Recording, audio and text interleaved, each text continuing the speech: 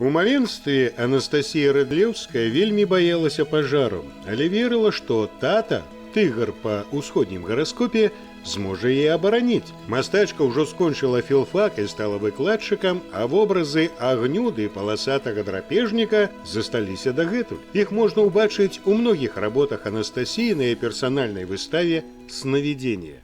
Многие работы создаются именно в момент перед сном.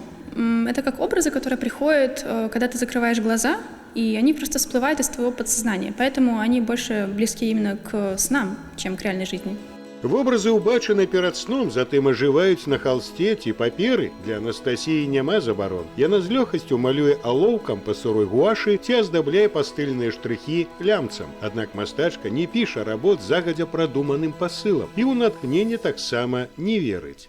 Я не верю в вдохновение, я верю в упорный труд, поэтому мои работы появляются практически ежедневно.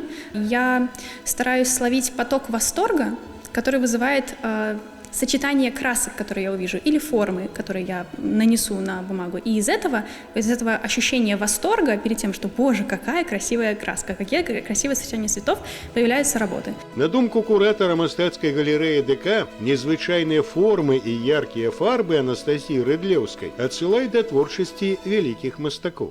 Искусство Анастасии Рыдлеўской является нестандартным, необычным для устоявшегося привычного нам белорусского изобразительного искусства. В работах Анастасии особое внимание обращает на себя звонкость, неординарность, сочность цветовых решений, усложненность композиции, отсылка к эстетике французских фавистов, например, к творчеству того же Анри Матисса или же к творчеству норвежского экспрессиониста Эдварда Мунка. Паглядзець «Сновидение» Анастасіі Рыдлеўскай можна до 3 жніўня. Галерэя ДК прымае наведвальнікаў па папярэднім запісе.